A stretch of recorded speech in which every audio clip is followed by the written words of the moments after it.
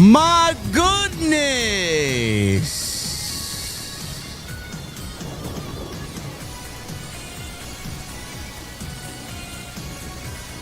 AEW Dynamite. How they go from 10,000 plus in New Jersey to a little over 1,400 in the middle of nowhere, Tennessee. I don't know, man, but everything's great. Everything is so hot in AEW, man. They're the best ever.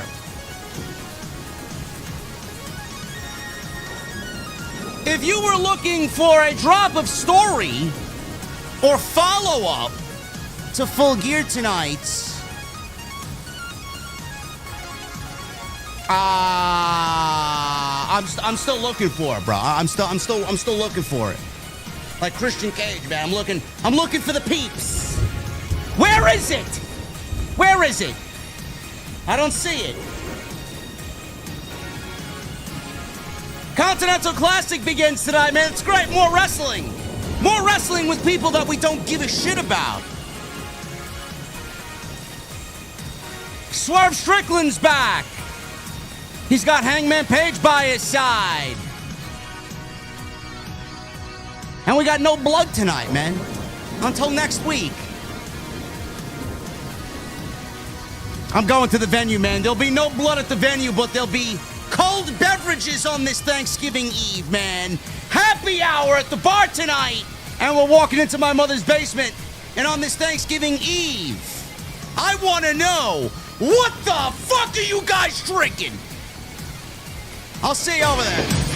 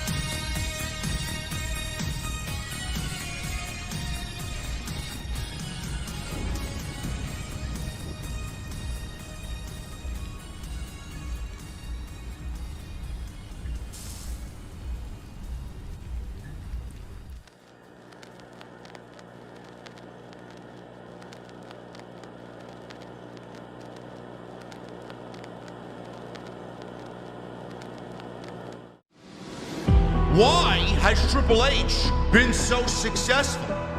Why is Triple H running WWE better than Vince McMahon and Bruce Pritchard on Monday and Friday night? Long-term booking.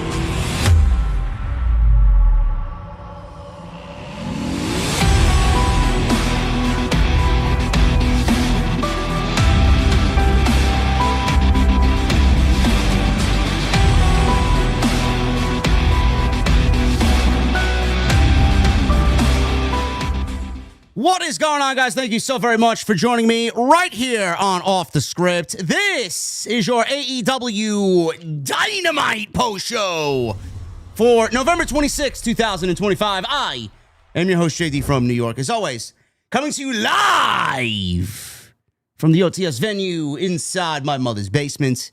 Thank you guys so very much for joining me on this Thanksgiving Eve, your Wednesday, wherever you may be. Flying solo tonight. Jesse's got Thanksgiving obligations and some family to attend to. He will be back next week. We wish Jesse a very happy holiday, a very safe holiday, and hopefully he has a nice, relaxing holiday. The man is stressed.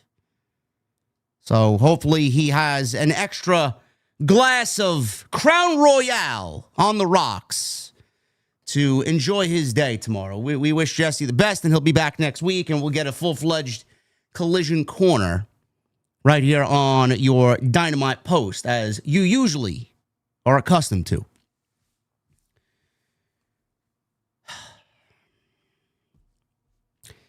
You know, I watched this show. You know, I don't even tweet during the shows anymore. It's not even worth my energy to tweet during these shows. Nobody gives a shit, number one. AEW is so in the dirt that I can put something out and nobody give a shit about it. Meanwhile, I could tweet about Becky Lynch and it gets fucking 1,000+ likes within the night during Monday Night Raw.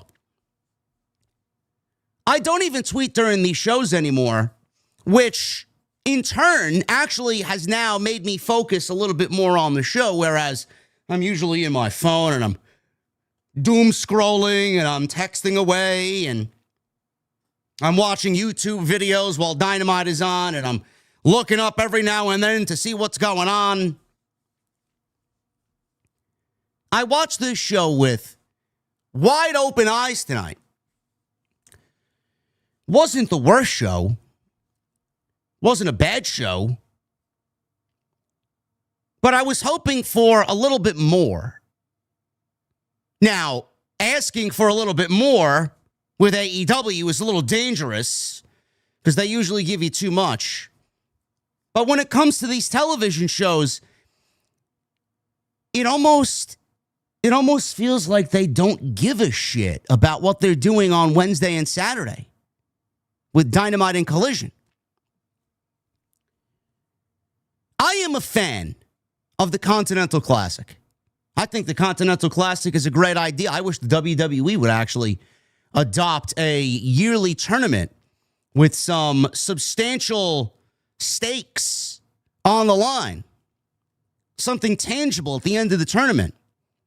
Winners and losers are accounted for on television. I love it. I think that would be a great gimmick for Triple H to run over there, but we all know that he lives right next to Big Bird on Sesame Street, so he loves playing it safe, and he always looks both ways before he crosses, and he never crosses against the red light.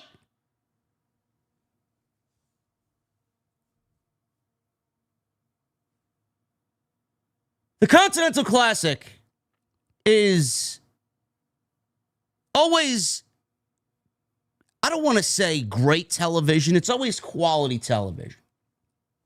It's always good television. The thing with this tournament is Tony Khan will have Tony Khan will have his guys in there like Okada and Moxley and Fletcher and Takeshita, right? Those are the big four this year. Everybody else, Darby's in there. Everybody else, I mean, there's 12 guys in there, and 5 of them are really going to be like the standout guys, right? But every single year, he books the tournament in the same way. There's a small collection of guys, and then the rest are just there to simply take a loss. I don't know how he looks at this show and looks at what he's got in front of him, and he decides to main event Dynamite with Claudio versus Orange Cassidy. Now, granted, they're both fine professional wrestlers. Claudio, obviously, better than Orange Cassidy, and Orange Cassidy is a topic of discussion amongst the IWC. You either really like him or you really dislike him. There's no in between. How you look at this show and then look at that as, you know what, I'm going to put that on as the main event of this show. And it really got me thinking watching this match, which by all means wasn't a bad match. I just don't give a shit about it. The lack of stars, not only in this company, but the lack of stars in this tournament. Like, I don't really get a sense that this tournament means a whole lot. Like, Tony's got a vision, Tony's got a match, and we got to suffer through 4 weeks of television and several round-robin matches with points to get there. And it's also an easy way for him to book World's End, because what he's done now is he books the semifinals from both the Blue and Gold League and the finals at World's End. So that takes 3 matches off of his card, which basically gives him an out so he doesn't have to book any long-term stories. He doesn't have to really think too hard about it. He just throws matches on TV, and they are part of the tournament. There you go. You got 3 matches already booked for the pay-per-view. We're not even at World's End yet. The lack of substantial stars in this tournament. Okada's a star, sure, to a small portion of the audience. He's not a difference maker here in the United States. Let's be real. If you think Okada is a difference maker here in the United States, if you think Okada is selling any extra tickets in the United States, you are a complete blithering idiot. I mean, they went from the Prudential Center, 11,000 people on Saturday night, almost 11,000 people, to, where were they, Tennessee tonight? 1,400 plus. That's some rinky-dink fucking opera hall. How do you go from nearly 11,000 to 1,400? And they didn't even sell the joint out tonight. There were tickets left over, according to WrestleTix. Okada, Moxley. Moxley's been more of a detriment to the company this year, ratings-wise and business-wise and attendance-wise than anything. So is he really a star? I guess in AEW standards, he's a star. Okada. But that's about it. Takeshita's there. Takeshita's fucking fantastic, but he's not like a star. He may be the New Japan World Champion, but he's not a star. He's not there yet. With the proper guidance and the proper tutelage and the right creative, he certainly could be. Is Darby Allin a star? No, I don't look at Darby Allin as a star.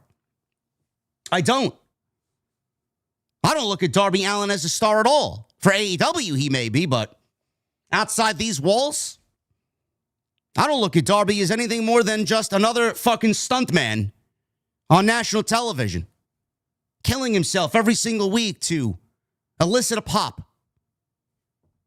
So we got Darby, Moxley, Takeshita, Okada, and Fletcher. Kyle Fletcher. Kyle Fletcher's not a star either. He certainly is another one who could be on his way to being a star with the right tutelage and the guidance that is needed, but he's not going to be a star in AEW. The point I'm trying to make is this tournament takes place over 4 weeks of television. AEW television is dominated by the Continental Classic. Now, there will be banger matches like we got Fletcher and Okada tonight, and there'll be Takeshita and Fletcher or whoever else is in this tournament, right? We'll get another Darby and Jon Moxley match. The lack of stars in this tournament, with the fact that it's going to dominate their television, Tony Khan has made this tournament, the overall vibe of the Continental Classic is just whatever. It doesn't really signify any sort of importance. It's not special by any means. If Tony wanted to make this special, then he would fill this tournament without any hesitation and without any fear of wins and losses. Which, I guess, if you want to take that into consideration, he did send Okada out there in the first match of the tournament to lose. So he's got to hand out losses. But if he's going to do that, why not fill the tournament up with some bigger names? Honestly. I wish he would do that. It's at a point right now where it's too late to do that because the title itself is fucking meaningless. The tournament itself is meaningless. And whatever is on the line at the end of this thing is fucking meaningless. But if you are going to dominate your television with this Continental Classic over 4 weeks, you should give me stars, big name guys to take the reins on television and produce captivating television in the absence of story which the only thing right now that this tournament is going to produce is great wrestling. There wasn't a drop of fucking story to come out of any of these matches tonight. It was just the beginning stages of the Continental Classic. Will there be? I hope so. Is there potential for story? Yes, there is. But AEW needs to start taking this tournament seriously instead of using it as a prop to fucking parade Okada around as the greatest tournament wrestler of all time, which he's been the champion for the last 2 tournaments. This tournament exists. Don't get it mixed up. This tournament was created because Tony Khan signed Okada. That's it. Other than that, there's no need for the Continental Classic. As soon as Okada loses to Takeshita in this tournament, the Continental Classic is dead. Because Okada was the only reason why Tony Khan created it. In a perfect year, MJF would be in this tournament. Jay White would be in this tournament. Will Ospreay would be in this tournament. Swerve Strickland would be in this tournament. Jon Moxley would be in this tournament. Adam Page would be in this tournament. Samoa Joe would be in this tournament. Okada would be in this tournament. Fletcher would be in this tournament. What happened to booking the tournament with fucking names that the audience actually cares about? Who gives a fuck about Máscara Dorada? Who gives a shit about Roderick Strong? Who gives a shit about Orange Cassidy and Claudio Castagnoli? Who cares about these guys? Kevin Knight, Speedball Mike Bailey. Who gives a fuck about these guys?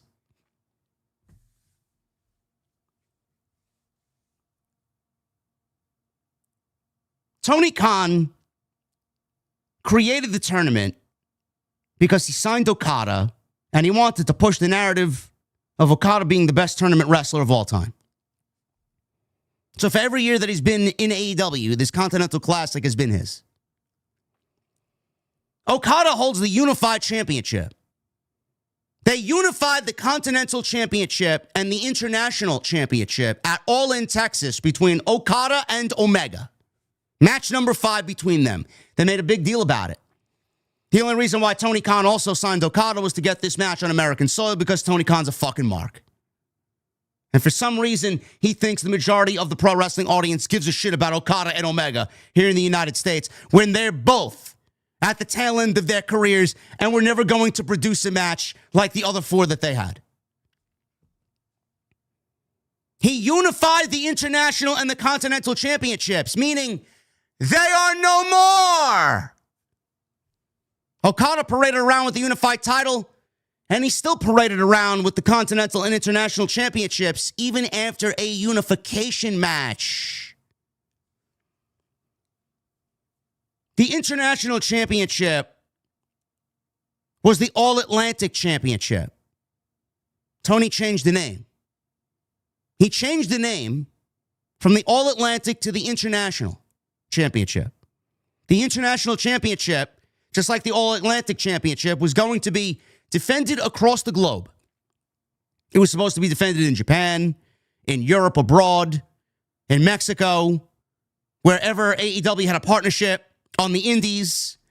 I remember where Pac, the first time Pac held the championship, he went to an indie and defended it and brought some level of prestige to the championship. I'm like, all right, I could get behind this. They even showed some of the footage live on Dynamite of Pac defending that championship. All-Atlantic Championship to the International Championship. Then they gave the title to Kenny Omega. And Okada had the Continental Championship, which he won in the tournament. The Continental Tournament, Continental Classic from Eddie Kingston. Has never lost it since. So we had the International and the Continental Championships on TV at the same time. What they mean, I don't fucking know. They both were basically rendered meaningless and useless. There was rarely a situation where I looked at either title that was prestigious. They're just basically props. Tony loves his belts. He's a belt collector, Tony Khan. He loves getting championships made. We then went from the International Championship and the Continental Championship to the All-American Championship or the American Championship. MJF won the International Championship, and he debuted the American Championship and used it as a prop, which, in my opinion, was the best use of the championship that they've ever used as far as this championship, and used it as a prop to defend the title against Will Ospreay in the United Kingdom to give the hometown guy in Ospreay a nice little story going in against the foreigner invading his homeland in MJF. It was great. It was great. I mean, just a solid piece of business that was. So we went from the All-Atlantic to the International to the American. We had the Continental title. Then we had the International Championship on Kenny Omega. He took that into the match in Texas at All In against Okada. Put it up on the line against Okada's Continental Championship. We unified the championships to create the Unified Championship, which is still in existence today. And then Tony Khan creates the new AEW National Championship. The National Championship is basically the International Championship and the All-Atlantic Championship before that. It will be defended in Europe, in Japan, in Mexico, at CMLL, on the Indies. The Unified Championship, the belt that is held by Okada, we all thought was going to be on the line in the Continental Classic because they unified the Continental Championship with the International Championship, and we were given the Unified Championship, which we were told that the lineage of the Continental and International Championships live on even with the Unified Championship. Tony Khan made a decision that at the end of this tournament, the winner will win the Continental Championship. Now, how is that possible, chat? How is that possible if he unified the championship in Texas with the International Championship, and from that was born the Unified Championship? So how could you go into this year's Continental Classic and give the winner of the tournament the Continental title? Isn't the Continental title unified with the International title, which now is the Unified Championship? So what Tony Khan did, chat, to make a long story short here, is he de-unified the championship. The Continental Championship is now back in existence. The Continental Championship is no longer unified with the International Championship, and the Continental title will be on the line at the end of this tournament as the sole prize for the winner of the Continental Classic, not the Unified title. So we unified a championship between Omega and Okada to then de-unify it because of the Continental Classic. So we're adding yet another championship that is not needed, one that you got rid of, and rightfully so. We're adding another championship to the ranks of AEW, and Kenny Omega and Kazuchika Okada and what they wrestled for at All In was rendered absolutely fucking meaningless. How are you a sicko and looking at this and clapping along like a fucking half-witted idiot? What the fuck are we doing here? You took a tournament with the simplest of fucking gimmicks. You win, you get you get 3 points. You lose, you get no points. You draw, you get a point each. The one with the most points in each block wrestles each other for the Continental Championship. How did we go from that to unifying these belts to then de-unifying them? The Unified title and the Continental title will now be separate entities on AEW television after you just unified them in Texas 4 months ago.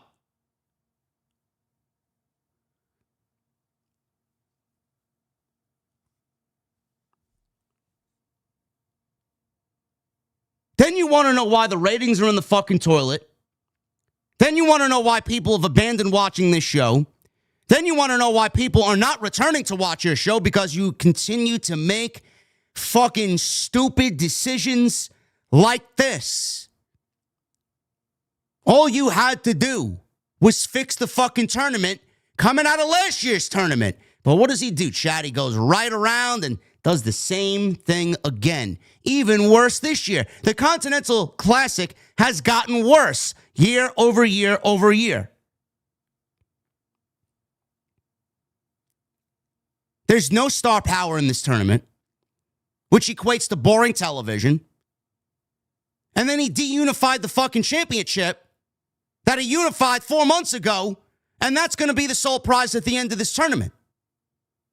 So what is there a need for with the unified championship? Why do we have a unified championship? So what does that mean? Do we have a unified title, a continental title? Or are you going to end up bringing the international title back out of retirement? If that's the case, what's the fucking need for a national championship?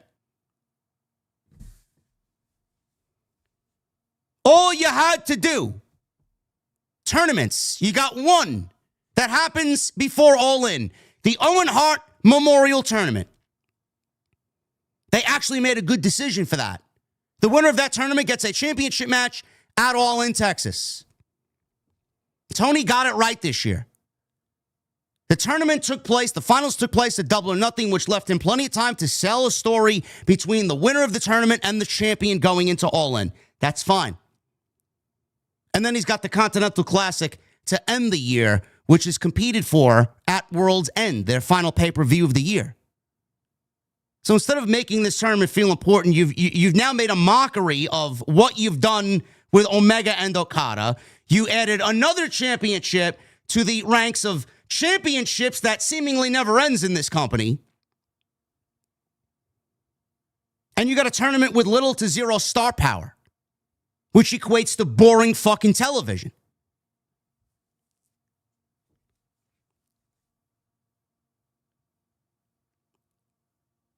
All he needed to do with the Continental Classic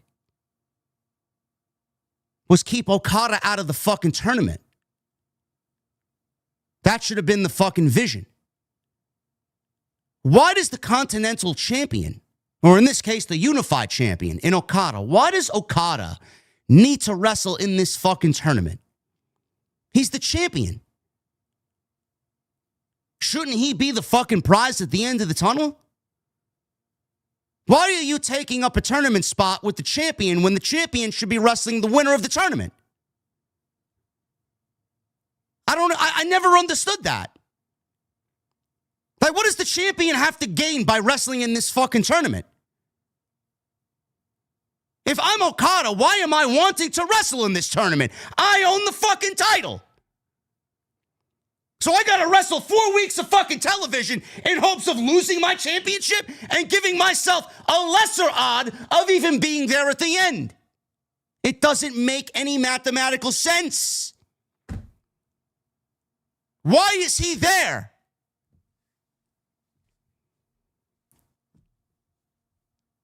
Speaking to a fucking wall. Speaking to a fucking wall. That's really what should have been done for this tournament. Or better yet, how about no championship at the end of the fucking Continental Classic, and the winner gets a championship match at Revolution to begin the year? How about that? I don't know who looks at the unified / continental / international championship as a prize that they want so badly. Do you genuinely think that's enough for what these guys got to do over the course of the next 4 weeks to win this tournament? And then wrestle twice in the same night at the pay-per-view. It is a colossal waste of everybody's time. And Tony Khan looks like a fucking idiot with the fact that he's not putting the unified championship at the end of this tournament and is de-unifying the Continental Championship because it's the Continental Classic. So why did we unify the belts back in July? If that's the case, why do we have a national champion in Ricochet? Why did we get rid of the International Championship? If the National Championship is only doing what the International Championship was doing before it was unified with the Continental title.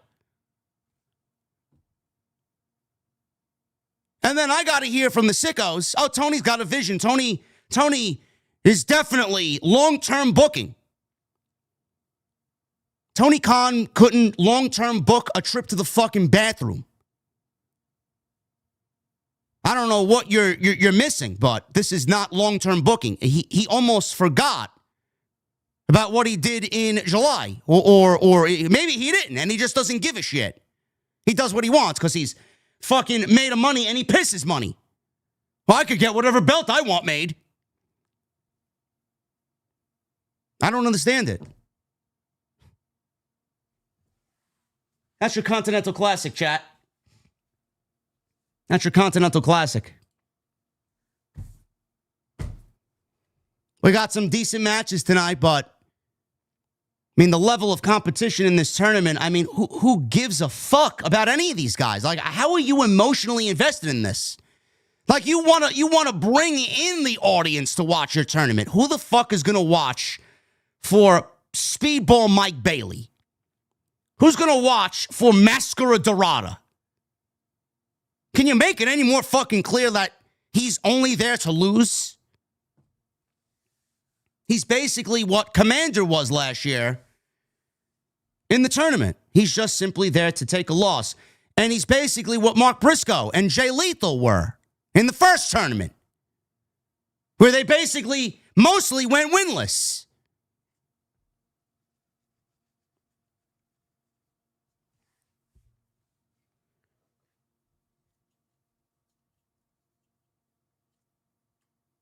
This show is incredibly infuriating to just sit down and watch for 2 hours. You would think that coming out of Full Gear, they crowned a new world champion. They crowned a new world champion in Samoa Joe. You'd think he'd start the show. You'd think that they'd make that a big deal. Like, I don't know how these people operate. And I get that the Continental Classic is very important to Tony Khan, but it's not more important than the AEW World Champion. The last thing that you saw on the pay-per-view was the first thing that you should have seen at the start of this Dynamite. And what do? They give you a pro wrestling match that goes on for 15 fucking minutes. I don't know why they couldn't close the show with Okada and Kyle Fletcher and get to the same ending that they gave us tonight. And then open the show with Samoa Joe, Swerve Strickland, and Adam Page, and the tension between those two groups. The company does not know how to book television. They don't know what is important and what is not important. They don't know what their priorities are. Coming out of Full Gear, we had a new world champion. We had Kris Statlander beat Mercedes Moné to retain her AEW Women's Championship. How much TV time did they give Kris Statlander? 45 seconds? What about Kris Statlander's celebration? Every time Mercedes sits down on the toilet bowl to take a fucking piss, she's got a fucking celebration in the middle of the ring with champagne and fucking catering and her oily men and her titles. But they can't do the same for Kris Statlander, who just beat Mercedes Moné and gave her her second pinfall loss ever in AEW. You don't think that's a big deal to celebrate? You don't think Kris Statlander deserves some TV time? To express to us how important this match was to her and how big this win was for her and what she's doing next? Now, we'll just give you 30 seconds, 45 seconds tops with Renee backstage, and then we'll move on to the next segment. Mark Briscoe. You think we see Mark Briscoe on the fucking show? Made a big deal about him winning the TNT Championship from Kyle Fletcher. They gave him no segments on the show outside of a fucking pre-recorded segment that he filmed after winning the championship on Saturday that they spliced into the fucking show. He wasn't even there. FTR won the tag team championships. Where were they? Why weren't they on the show? Swerve Strickland made his return in the main event. And like usual, AEW is allergic to verbal storytelling. The first thing that we should have seen on this show was Samoa Joe. And the second thing we should have seen on this show was Swerve Strickland with a fucking microphone in his hand. No, but instead we get Swerve Strickland wielding a fucking staple gun and a chain because they have the indie mud show outlaw fucking garbage on the brain 24/7. Don't you think we all deserved a fucking explanation from Swerve Strickland as to why he's back? I mean, you could have asked 3 or 4 different fucking very, very important questions to come out of that main event segment that ended Full Gear. Why is he now back and targeting Samoa Joe? Why is he helping Hangman Page? How does he feel about Hangman Page? How does he feel coming off of surgery and rehabilitation? Any one of these questions. Why is he back now? Why has he decided to show up now? Any one of these questions would have made the show that much better. But how many of these questions did we get asked tonight, chat? 0. 0. Because they are allergic to verbal storytelling. They think by Swerve and Hangman choking 2 fucking geeks out over the ropes with these steel chains, that's all the storytelling that the sickos require.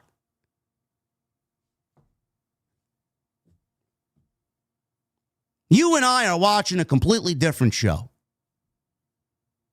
This show is a fucking mess. They did nothing to follow up the fucking pay-per-view. They gave you no follow-up to anything that happened on that show. There was no in-ring segment verbally outside Samoa Joe, which he was quickly interrupted by Hook, who was then interrupted by Swerve and Hangman. And we got nothing. We got nothing. Even Hook was out there, and he didn't even give us an explanation as to why he pulled a ruse on Eddie Kingston.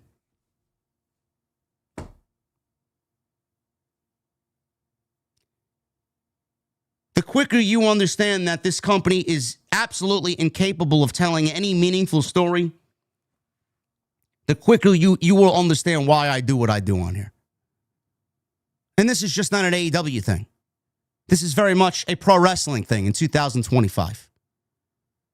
They think because they got the Continental Classic, they can hide all these things and not worry about these things because the Classic is going to carry the boatload for Dynamite and Collision over the next 4 weeks. But in between all of that, you need to tell story verbally. You need to put a microphone in someone's hand and you need to get across why. I don't like to sit here wondering what these questions and answers are.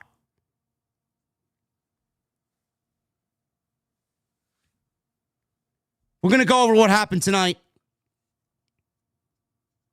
Not a good show. As far as coming out of the pay-per-view and them doing what they need to do. Was the in-ring action substantial? Sure. Sure. But we don't use that as an excuse anymore. The in-ring action, it might not be your cup of tea. It might be the best in-ring action that you see all year. Again, there's no in-between. But we don't use that as an excuse anymore. They are very capable of delivering a very good pro wrestling match, but they are completely incapable of telling a story, which will only make the pro wrestling match that much more interesting. Which seemingly, as soon as Cody and Punk left, they've abandoned that ideology, and whatever the fuck they're doing now is burning the company to the fucking ground. We're going to go over what happened on tonight's show. Thank you guys very much for joining me on this Thanksgiving Eve. If you are here, I want to wish you guys a happy Thanksgiving. No matter what you guys are doing, I appreciate you being here. We're flying solo tonight. Like I said, Jesse is taking the night off, and he is with his family, and he's got Turkey Day obligations, and he will be back next week. So we wish him the best, and we wish him a happy Thanksgiving. So you got me all by myself tonight, which I do not mind on any night. So hopefully you guys have a happy and safe Thanksgiving. Not really much of a holiday guy, honestly. I feel like the holidays kind of make me depressed for some reason. But I will try and get through tomorrow the best that I can. And we'll try and have a good day. And we'll try and have a good stream, man. This is your last AEW Dynamite stream for the month of November before we hit December. And we are on our way to John Cena and his retirement match in Washington, D.C. on December 13th. Before we get there, it's going to be a busy week, man. Not only am I live here tonight, I'll be live on Friday for SmackDown, and I will be live on Saturday night for the Survivor Series. We got 2 more War Games matches in WWE for the women and the men, and we will be live on Saturday night to review it all right here on the post show, so make sure you guys tune in for that. Hopefully, it is very newsworthy. We also got Stephanie Vaquer versus Nikki Bella for the WWE Women's World Championship, and John Cena defends the Intercontinental Championship against Dominic Mysterio. 4 matches at Survivor Series, man. WWE limping into San Diego. You love to see it. Go check out the great content on the channel. There's plenty of it. We were live on Monday. We were live on Tuesday last night with episode 122 of the best 2-man show in the community, Tuesday Night Titans. We had a watch time of 54 minutes per viewer last night. That is a record. New record for TNT, man. So the one thing that we're doing better than anybody is we're keeping your attention for a large amount of time. And that's what happens and why I coin us the best 2-man podcast in the entire IWC. Nobody's doing it better. So go check that out. We had a full, extensive breakdown of Full Gear.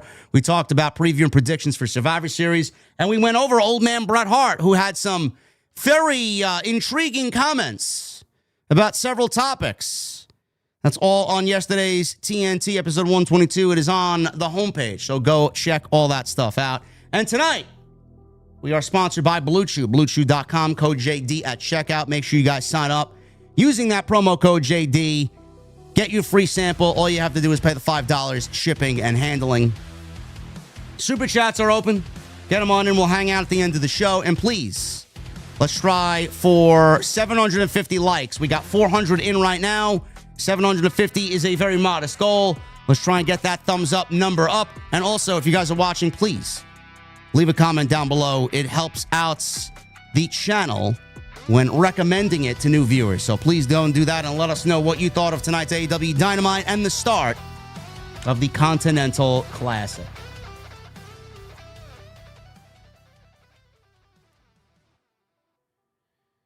We are going to start with not the AEW World Champion, but we're going to start with Kyle Fletcher and Kazuchika Okada. Excalibur informs us that Okada has surrendered his Continental title since it will be awarded to the tournament winner. How do you surrender the Continental Championship when he's already unified it with the International Championship and has created the Unified Championship? I'd love for someone to reach out and tell me how exactly that all works. Or better yet, why do we make all of this feel and sound so convoluted when we don't really need it to be that convoluted? It's a very simple process.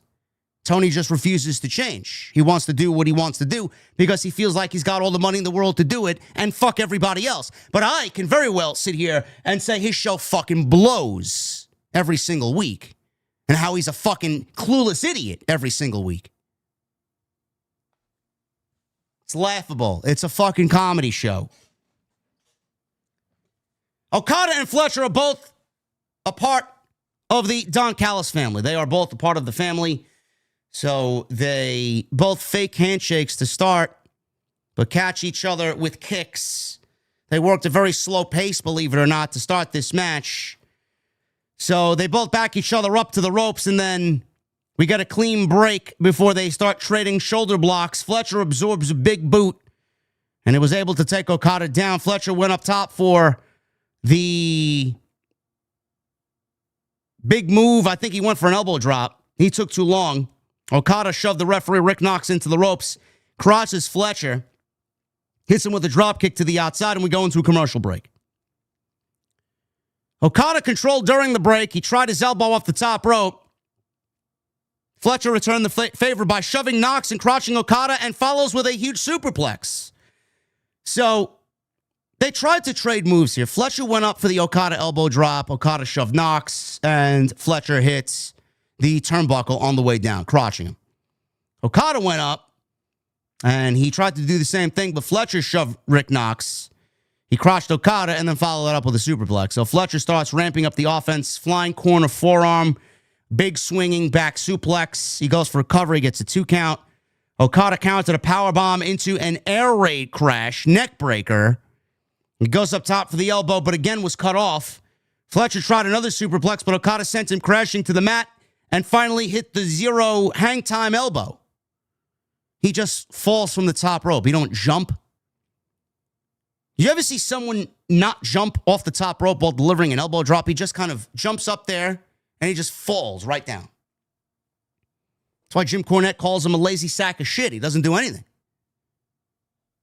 He's got a hell of a drop kick, though. Rainmaker, middle finger pose in the middle of the ring as Fletcher ducked the Rainmaker into a half-and-half suplex. Okada bailed to the outside to avoid a big kick. Swept the leg out on the apron before hitting a draping DDT. Fletcher kicked out at a 2 back inside off the DDT. Okada starts toying with him with these little kicks. This got Fletcher angry. Okada pops up from a super kick from Fletcher. Fletcher pops up from a John Woo drop kick from Okada. Only to walk right into an Okada drop kick and then followed up with an Okada tombstone. Fletcher counters a Rainmaker into a desperation Michinoku driver, and both guys are down. So we're already getting finisher spam and pinfall spam and near fall spam in the beginning of this tournament. Just to give you guys a glimpse of where we're going with this. So each match has a 20-minute time limit. We got the 15-minute call, 5 minutes remaining from Justin Roberts as he yells on the microphone.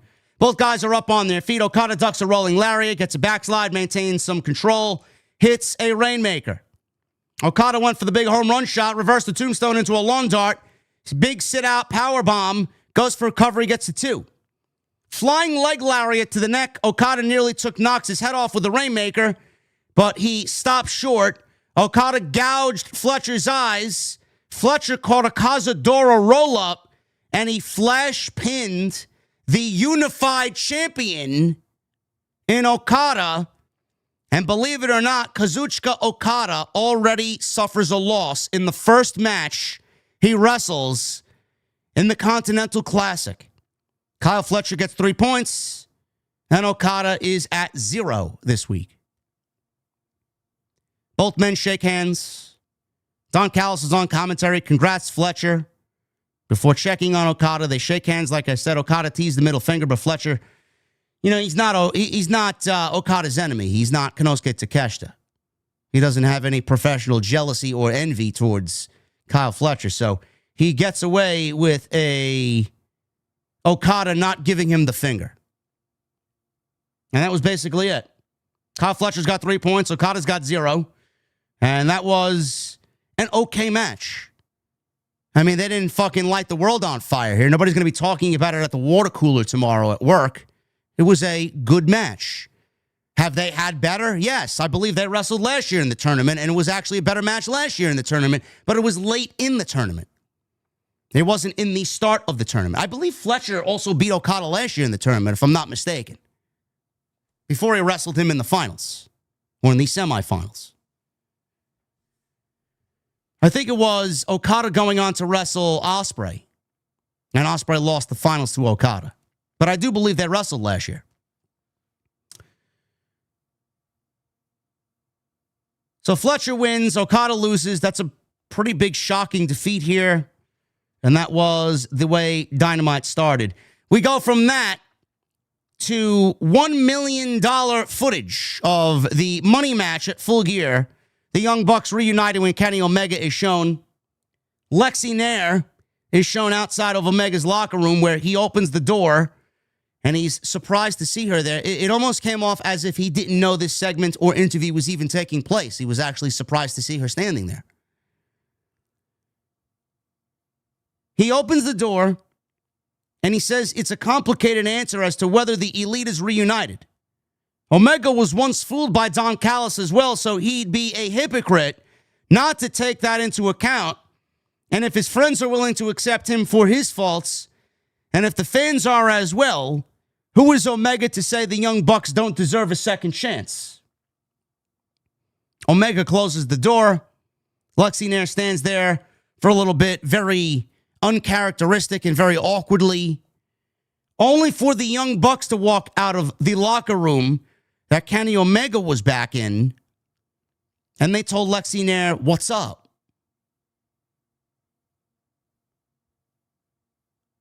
I don't really know what type of follow-up this is. Like, what was gained here? Like, we got Omega.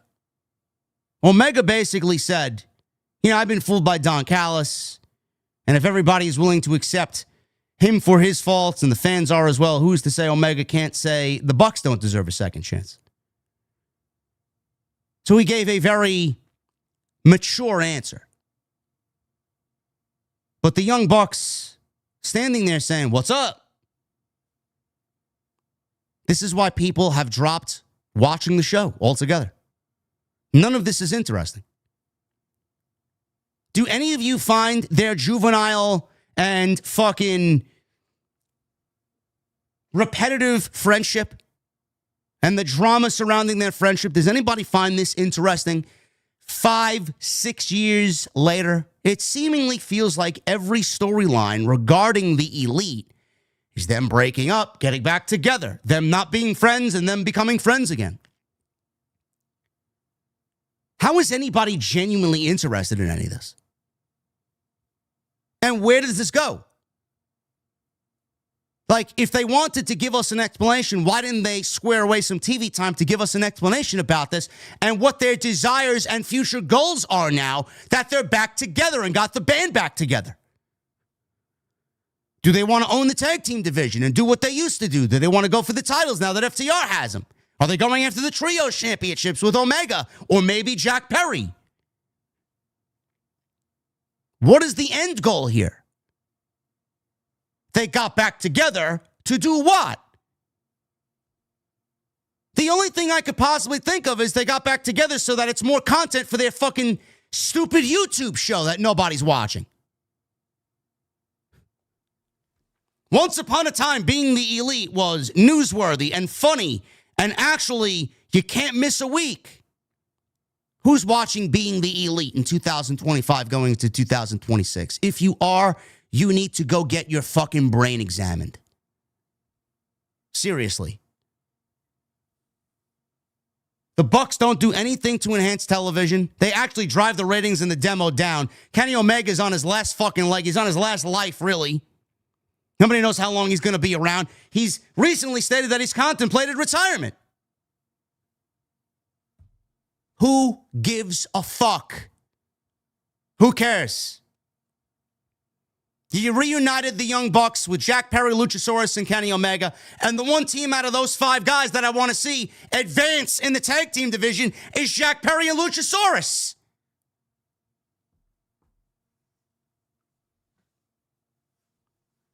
All I know is get ready for more party matches, folks. Get ready for more party matches. You know it's coming.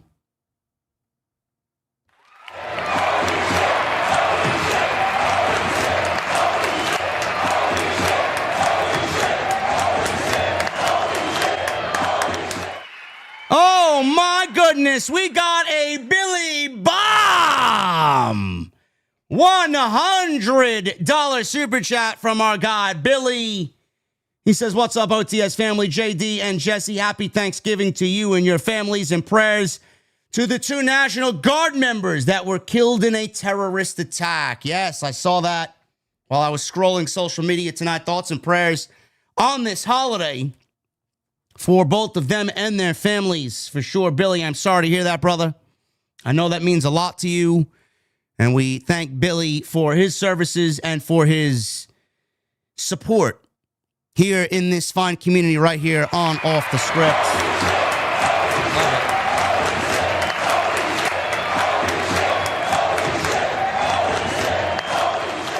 Thank you, Billy. Appreciate you, brother. Have a great holiday tomorrow, man. And please find some way to relax and give yourself a break, man. Enjoy what you got going on tomorrow.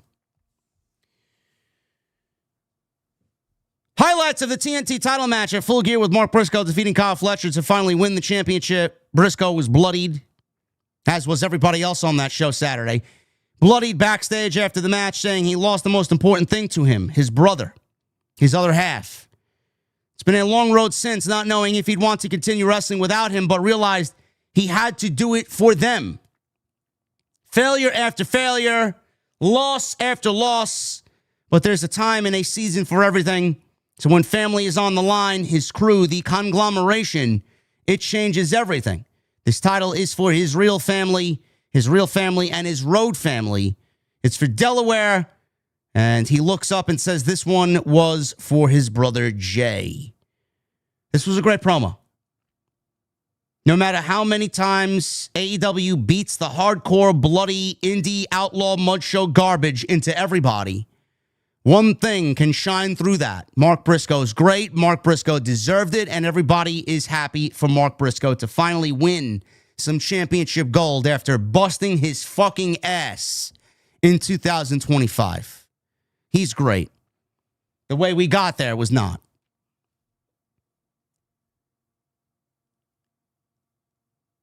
The Women's Tag Team Title Tournament, semifinal.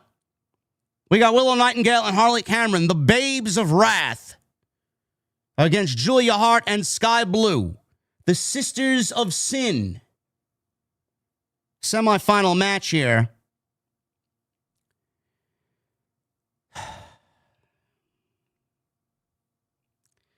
You know, I may say some things that the AEW fan base are not going to appreciate. This match was fucking terrible. Number one, if this is the level of competition that the tag team division is going to give us on a weekly basis when we finally crown tag team championships, we're champions with these championships, if this is the level of match that we're getting ready to see on Dynamite and Collision, you might as well burn the fucking titles right now and rip up the fucking tournament brackets. Seriously. You could not ask for a worse interpretation of tag team wrestling for this women's division. This is what happens when you have three of the four who are green as fucking grass. And I'm a fan of Skye Blue and Julia Hart. And I think Willow is great. But this match was fucking dog shit. This was awful. This match went 10 minutes. And all I saw was four women desperately trying to memorize what spot came next. Everybody was off key. Everybody was out of sync. Everybody was fucking absolutely floating around out there without a fucking idea of where to go or what to do next. I don't know how anybody looks at this and is genuinely excited for the fucking tag team titles. Seriously. I don't know who's going to win this tournament, but if this is an indication of where we're going with these teams, you might as well just put them on Tony Storm and Mina Shirakawa. At least at that point, you get the belts on two women that know how to actually fucking wrestle. That can go in there and create a captivating fucking match for 10 to 15 minutes. Because I don't know what the fuck this was. I genuinely don't know what the fuck this was. AEW is not doing those titles good at all. And we haven't even crowned champions yet. Burn them. If this is what you're going to give us. This was so fucking bad. We'll pick it up after the commercial. Julia Hart did her Undertaker-like rope walk with the big jumping clothesline down. Skye Blue tagged in and was caught just enough of a kick for a 2. Botch. Tarantula then applied by Julia Hart as Skye Blue flew in with a dropkick from the other side of the ring with a near fall. Or Harley Cameron was able to counter a series of switches into a back suplex into a double down. That led to Willow getting a hot tag. Skye Blue made a blind tag and took out Nightingale, who hit a spine buster on Julia Hart and tried for a cover. Spinning DDT by Skye Blue got a 2. Nightingale fought back with a double suplex. We got an Oklahoma Stampede on Skye Blue as Harley Cameron tagged in and successfully hit a Cazadora splash for a 2. Big pump knee from Skye Blue. Skye Blue, she needed the money. Oh!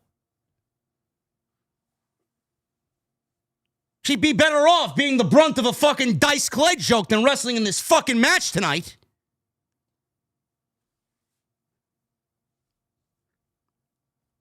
Harley Cameron hits the Cazadora splash, pump knee from Skye Blue, but Harley Cameron returned the favor into a side Russian leg sweep.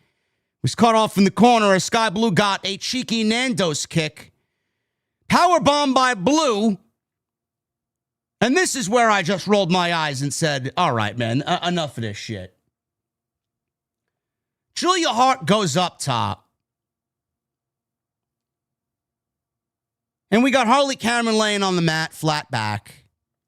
Skye Blue is, I guess, off somewhere doing whatever. And Julia Hart is up on the top rope as she's getting ready for her moonsault off the top rope. Julia Hart has a tendency to be one of the worst moonsaults in the entire business. And I mean this not in an offensive way. I actually enjoy Julia Hart. I think Julia Hart's got a lot of promise. But I got to call it out, man. Otherwise, I'm not doing due diligence and I'm not doing my job. Julia Hart is the worst moonsault in the fucking business. She has this tendency to either undershoot or overshoot. It's never an in-between. She never hits it. This was the absolute dirt worst I've ever seen her execute a moonsault. She flipped off the top rope, and it's good when she jumps for the millisecond that it is. But then we got to worry about the landing. This woman flipped off the top rope and landed on her feet, completely missing Harley Cameron, and then did a little hop as she jumped off her feet and landed on Harley Cameron, finishing the moonsault. She completely missed. There was absolutely zero connection from top rope to flip to Harley Cameron. She overshot, jumped, and then splashed. You would think whoever produced this match, maybe it was them who produced this match and they didn't go through an agent or a producer. But you would think that a producer or an agent sat with them, mapping out what this match was going to be. And you would think after all these botches off the same move, moonsault after moonsault after moonsault after moonsault, that someone would have gone up to her and said, we need to make this look good. So let's do this instead of that. Or what I would have told her, how about we cut the move out of her arsenal altogether? She clearly doesn't do a good job of executing the maneuver. So why do you bother doing it? Does she need to do a moonsault? Maybe she wants to embarrass herself. Maybe she wants to go and fucking look at those tag team championships so that I come on this show and tell you how much of a fucking disaster the entire division's gonna be.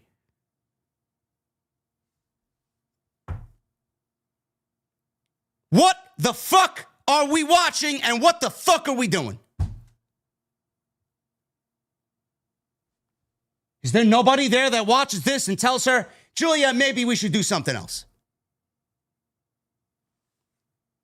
How do you think we as fans feel? Do we want to see her embarrassed like that? Of course we don't. But man, oh man, I did one of those. Oh my God, that was awful.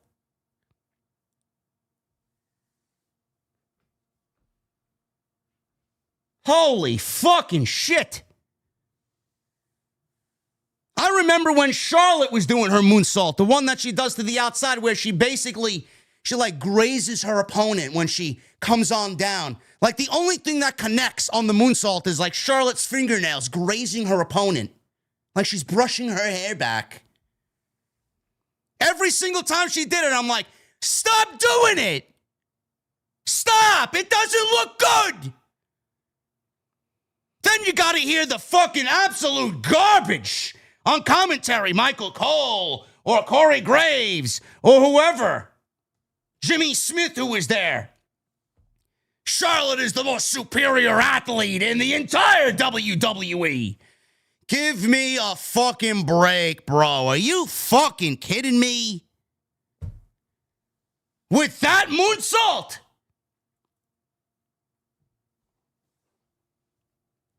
She finally made a correction. She hasn't done it since she's been back, and now she does it in the ring, and she actually does it pretty fucking decently. She connects with it. It almost acts as if Julia is afraid to take a bump. If you're afraid to take that bump, then don't do the bump.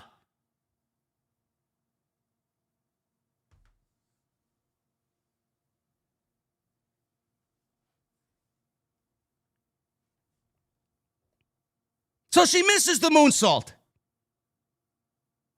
Harley Cameron avoided the double team finish. She sent Blue and Julia Hart colliding into each other. Nightingale made a blind tag, barely. Harley Cameron took Blue out with a backstabber, and Nightingale comes on in off the hot tag with a Dr. Bomb on Julia Hart to win it 1-2-3. This was a fucking disaster of a match. So the Babes of Wrath are going to the finals. I'm assuming they'll meet Toni Storm and Mina Shirakawa there. And I think Mina and Toni will win the titles. Because after tonight, I don't think Harley Cameron and Willow Nightingale deserve the tag team titles. If this is the level of garbage we're about to embark on for the women's tag team titles. Harley Cameron is clearly not there yet. Maxine Dupree is not even there yet. And Maxine Dupree is farther along than Harley Cameron.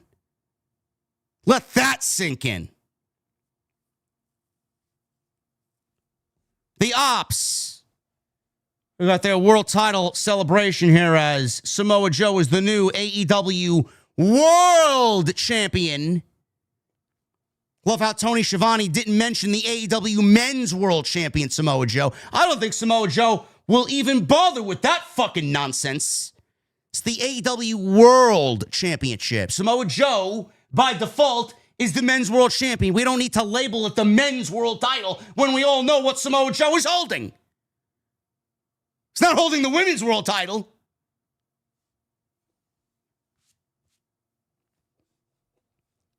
Hobbs and Shibata are out there. Joe took the microphone from Schiavone and told him that tonight is a celebration. So don't ruin this and take your hillbilly ass out of here. I wish he took his hillbilly ass off of fucking commentary as well, so we didn't have to hear him fucking deep-throating the Continental Classic. Oh my God, this is the best tournament of all time, and you're never going to see this anywhere else, this level of competition, Tony Khan.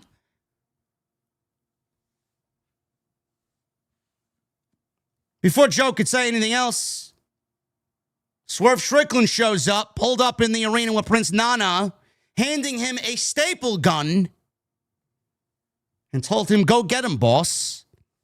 Hangman Page appears around the corner with a chain in his hand, and the two walk through the backstage area. Joe told Shibata, go take care of these scrubs.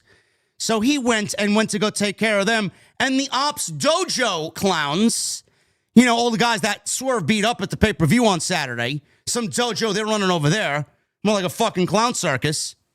They surround ringside as Joe said everything went according to plan. Shibata nullified Eddie Kingston. Hobbs showed off his feats of strength to Joe muscle-bustering Page in the middle of the ring. The simpletons here in the crowd won't understand what went down, so here's a video package on how they got there today. So we cut to a Hook video package and how he started running with Eddie Kingston. while showing the run-in Hook had with Joe and Hobbs backstage a few months ago, with Hook telling Joe he'll always have their back.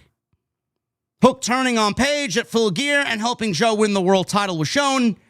Joe said that was some of his best work, and now the fans can have a champion worthy of being called the greatest in this industry. Joe introduces Hook to the audience, and Hook comes on out. Can I just say, am I allowed to say, chat, that Hook's theme music is really fucking bad? Like, honestly. Like, I don't even know what the music is. I don't know who the artist is. I don't know why he may like that type of tune.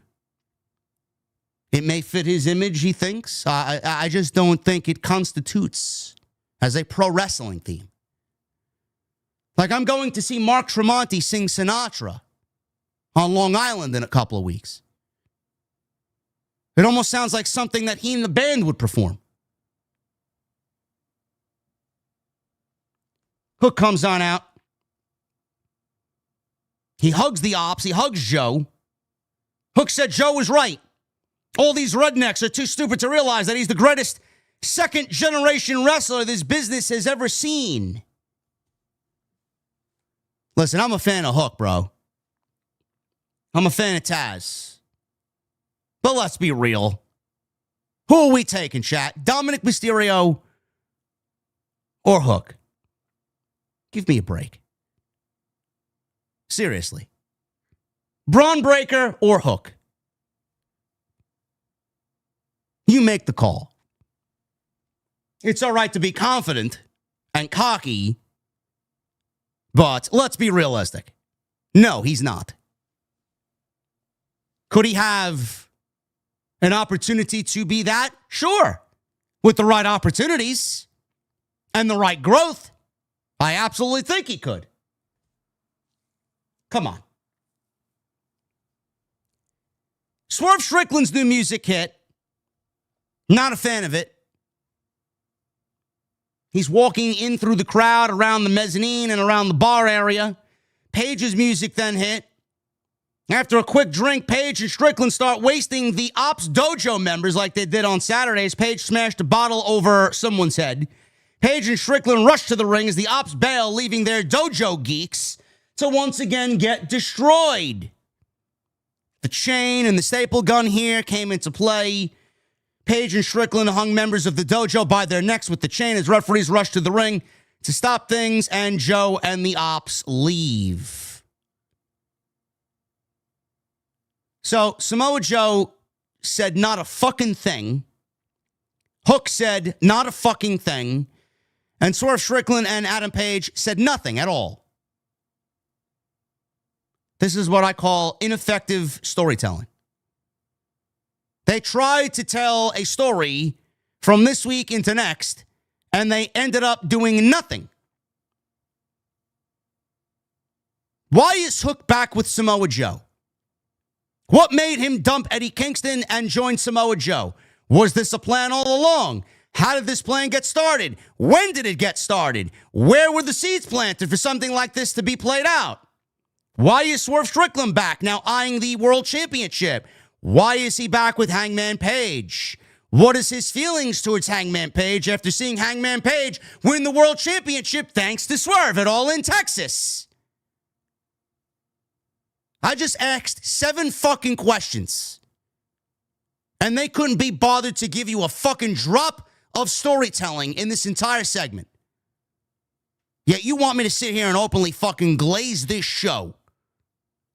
You want me to sit here and be objective and fair to Dynamite and to what Tony Khan is doing, yet he doesn't give a shit to give you what you need or give you what the show needs. Samoa Joe is your world champion. He beat Adam Page, who beat Moxley at your biggest show of the year. The first thing that we should have heard, the first thing that we should have seen on this show was Samoa Joe. The first thing we should have seen was the World Championship. Not the Continental fucking Classic. Not Okada and Fletcher. Joe. Swerve. Page. And the world title.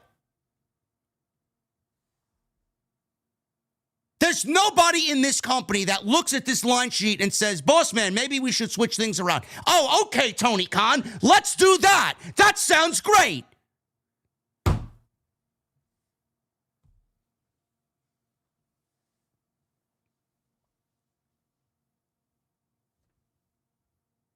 Am I supposed to conjure up a story here? It is November 26th. World's End takes place literally a month from now. Why are we waiting till next week to maybe give us a promo? Why are we waiting at all when you have 4 weeks to give us a main event for this pay-per-view? Why didn't we see Samoa Joe in the beginning of the show? Why did we need to see his dojo members get beat up again? Why didn't we hear from Swerve, who was out for 4 fucking months, comes back out of nowhere? You don't think he's got a lot to say? Why didn't you put a microphone in his hand, at least, to give us an explanation? Being that Swerve and Page have one of the greatest stories in the company's history, the storytelling is basically begging to be told. How do you have Swerve Strickland and Adam Page in the same ring and you don't give us a verbal story?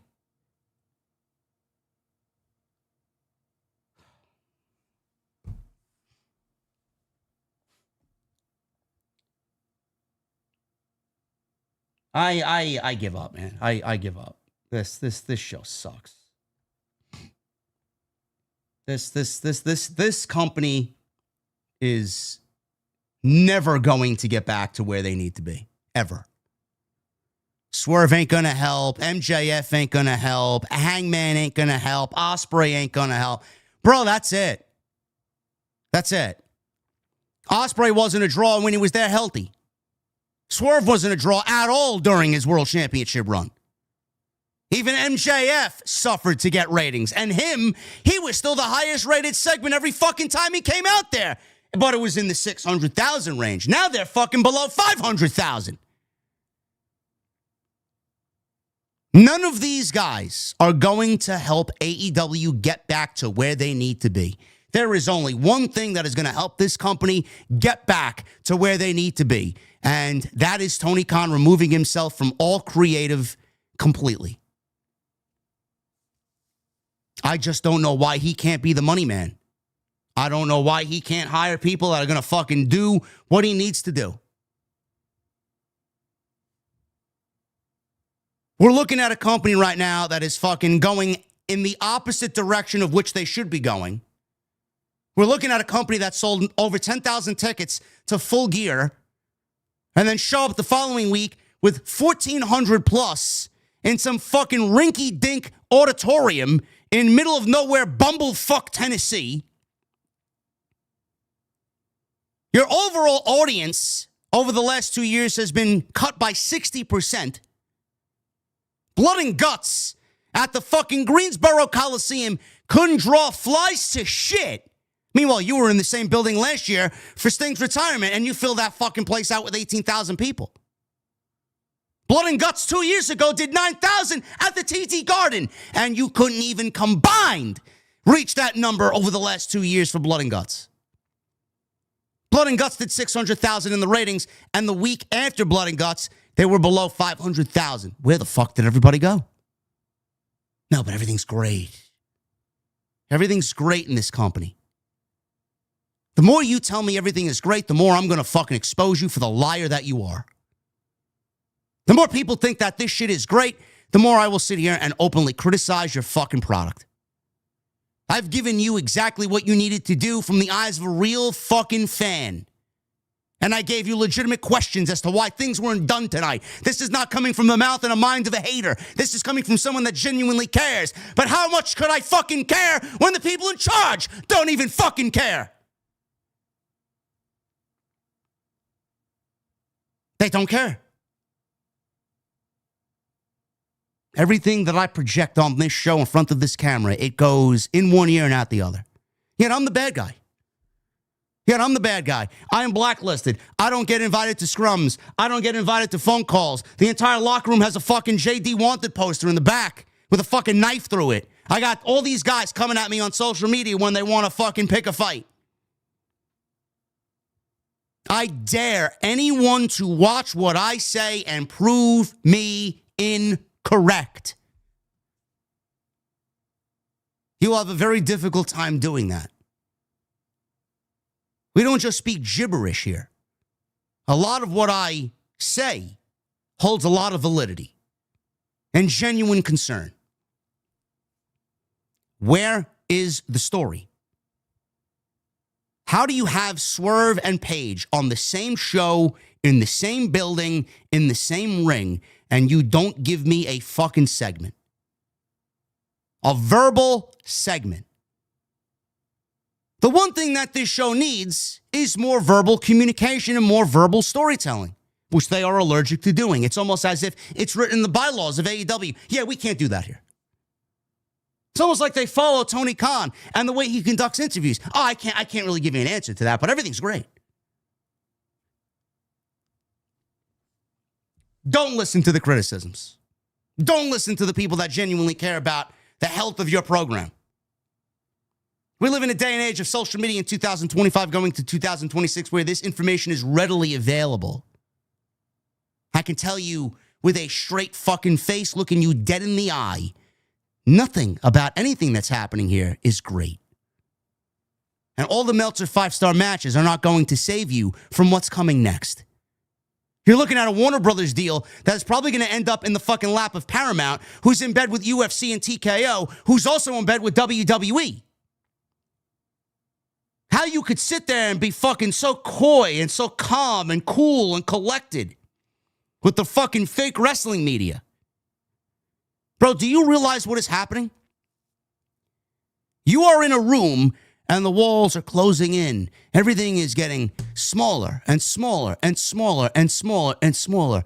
You do not need Warner Brothers Discovery to end up on a fucking TKO branded network with Paramount, who gave UFC $8 billion to fucking fund their pay-per-views. The next thing you know, AEW will get zero promotion.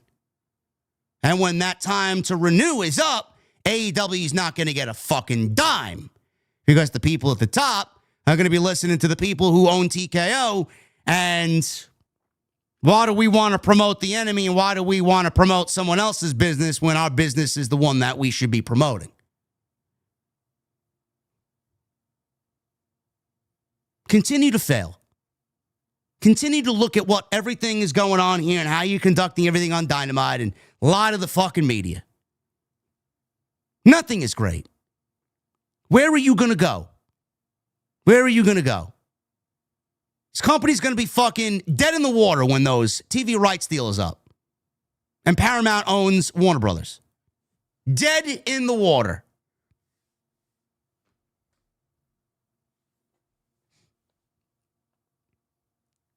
Post-match comments from Jon Moxley, Full Gear, after losing to Kyle O'Reilly. Moxley said he's doing just fine, while O'Reilly is headed to the hospital. Footage of Moxley tapping while Pac won against Darby Allin via using a baseball bat was shown. Moxley was insulted that O'Reilly had to go to the hospital. The battles always continue tomorrow as the playoffs are about to start. The rest of the Death Riders watched as Moxley leaves the shot. Yes, we get what story they're telling here. Has it dragged on for a little too long? Yes. But Jon Moxley is acting like everything is all right, and meanwhile, nothing is all right because they've lost the World Championship. They lost blood and guts. They continue to be embarrassed, and his leadership is not guiding them to where they need to be. Jon Moxley versus Máscara Dorada. Continental Classic Blue League match.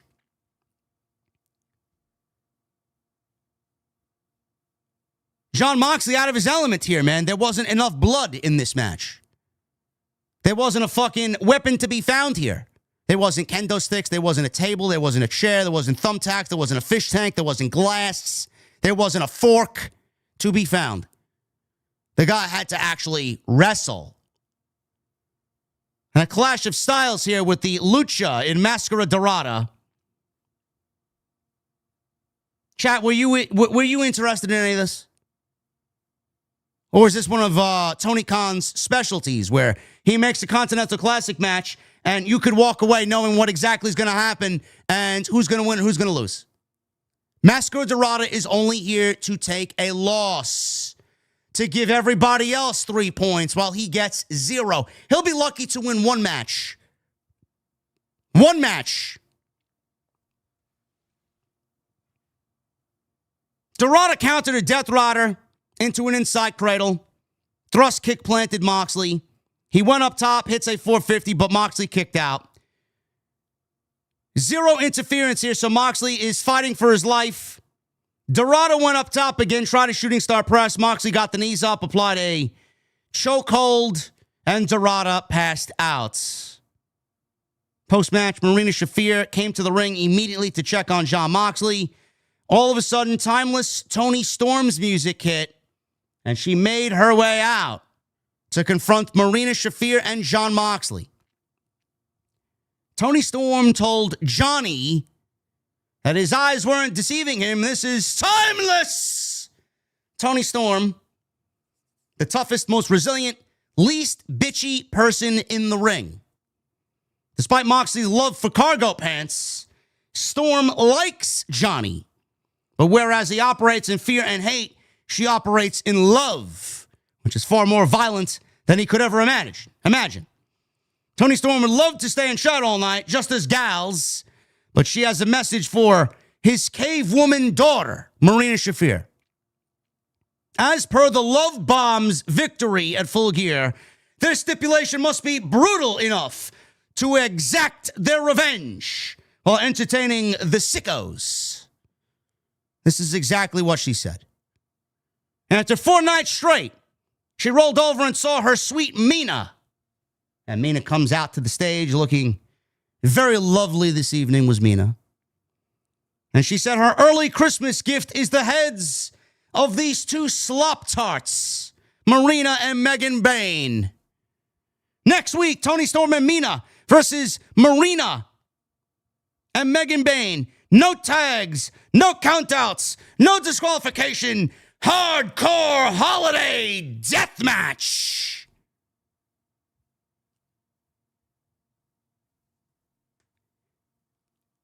On top of all the blood and violence that we usually get on Dynamite, after all the blood and guts that we got inside their version of War Games, after the blood and the mountains of blood and the rivers of blood and hardcore and weaponry and outlaw mud show antics and garbage on Saturday's Full Gear pay-per-view, it is now bled into a tournament. And they even are doing a death match within the tournament. This company is addicted. They are fucking addicted to savagery, to blood, to violence. And they have well beyond used it. And it doesn't mean a fucking thing anymore. They have abused all of the gimmicks, all of the blood, all of the antics, all of the mud show outlaw garbage. They've abused it all to a point where it absolutely means not a fucking single thing to anything or anyone. Gee, Tony, why do people refuse to watch Dynamite? Because you refuse to change. Tony thinks his family's worth billions and billions and billions and billions and billions of dollars. Yet he refuses to take any accountability and any blame for why his show is utter dog shit. Why do we need a death match within the confines of this tournament?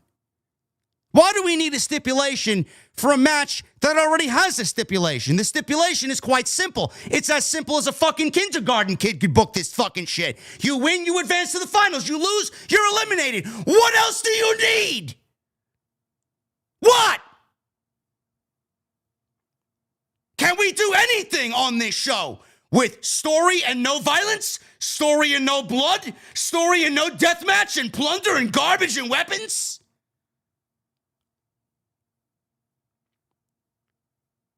Who looks at this and says, man, that's a great idea?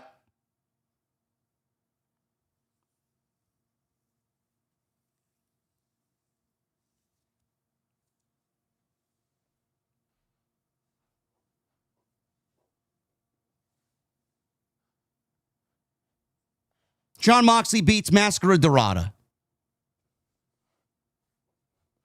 I'd be shocked if this Dynamite gets over 500,000. Shocked. You know, I quite enjoy what we do here, and I quite enjoy that I am a huge hornet buzzing around Dynamite and Tony Khan, man. And I love that I'm a deterrent from people watching this show, man. When the show is great, I'll let you know. But I'd be lying to you I would be lying to you if I told you that it didn't excite me and it didn't get me fucking happy to actually dent their armor every single week and expose them for the fucking shit show that they are. I find it to be quite entertaining, quite enjoyable, man. It makes what I do a lot easier. I wish the show was good. I really do. But it's not. Renee's backstage with Chris Statlander, calling her the greatest in the galaxy. Second woman ever in AEW to pin Mercedes Moné. Statlander says she's seen nothing but disbelief in people's faces that she's the only person to win the women's and TBS titles. There's three options: face the past, present, or look to the future. Statlander knows where she's going. Who's coming with her? What is with this company in giving airtime for these promos and they legitimately go nowhere? Like, what was the point of this? All this was, in oh so many words, is Tony Khan is telling you that him and his fucking team have not a single fucking clue or idea to go with Chris Statlander. They have no idea where she's going. They have no idea who she's facing. And no idea what her next defense is going to be. And who her opponent's going to be at World's End. I doubt it even fucking matters. Darby Allin versus Kevin Knight. The Jet. Kevin Knight. Continental Classic Gold League match. Again, Chad, I got to ask, do you care? We've been conditioned to think Kevin Knight is super duper athletic, but he's a fucking loser. Has Kevin Knight won anything? Has he won any top tier big level matches in AEW to a point where you look at him and say, oh man, this guy's going to be a great addition to this tournament. Man, he's going to have a solid chance of winning this tournament. He's another guy in a string of guys who will get a win and then mostly lose. Like he did here tonight. He beat Darby Allin. He got 3 points. I guarantee you it may be his only win. He'll win one more match, and that's it. Kevin Knight is not going deep into this tournament. He will be mathematically eliminated by the time we get to the process of when we can start eliminating guys. Yeah, let's throw the unpredictability card at him. Yeah. Kevin Knight beats Darby Allin. Allin was sent out to the ramp. Knight tried a springboard, missed, connected on a pendulum DDT. Allin was trying to beat the count, giving Kevin Knight a chance to clear the top rope with a huge clothesline. Back inside, Knight missed his UFO splash. Allin flew in with a code red for a close 2 counts. Allin wanted a coffin drop, was crotched in a tree of woe as Knight sprung to the opposite side of the ring for an insane coast-to-coast dropkick. That did look good. UFO splash landed flush. Knight gets a clean win over Darby Allin, and he gets his biggest win to date, not only in the Continental Classic, but in AEW. Allin and Knight shook hands in the post-match. Aw, isn't that sweet, man? Let's shake hands. You fucking lost. Go back and fucking regroup and come back and win the next one. Footage of FTR winning the tag team titles from Brodito at Full Gear was shown. We were told we'll hear from FTR on Collision. Nobody will be watching Collision. It's airing on Thanksgiving evening at 8 p.m. Everybody will be either watching football or will be asleep due to their overconsumption of turkey. Or watching A Christmas Story, or laying by the fire and having a hot chocolate, or an apple cider. Nobody gives a fuck about Collision on Thanksgiving night. You fucking kidding me? Man, I swear to God, man, I'd love to see who these people and what they look like, who these people are, who watch Thursday Thanksgiving night Collision. Oh, man!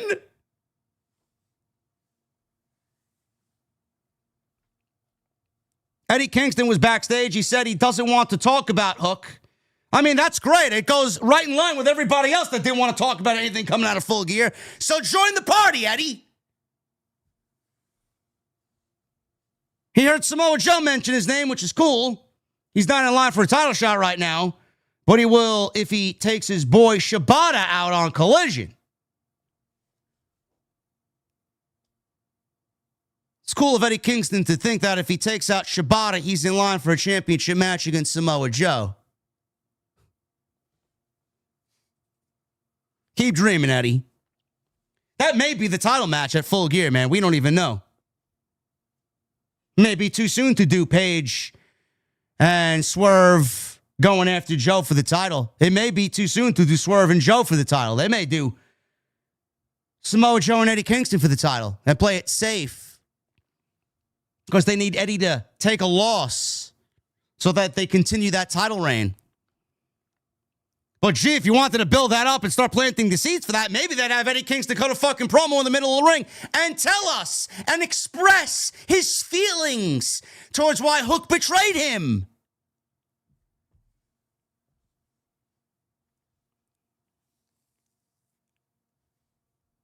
Orange Cassidy versus Claudio Castagnoli.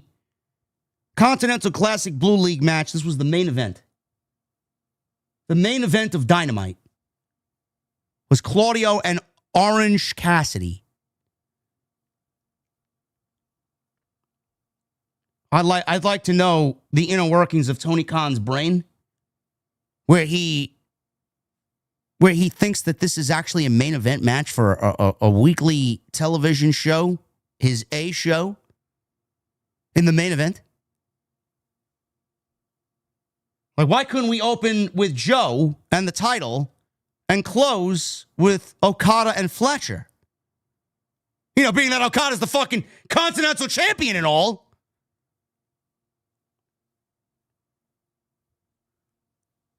Claudio hoisted Cassidy up by his pants, and he delivered a series of gutbusters.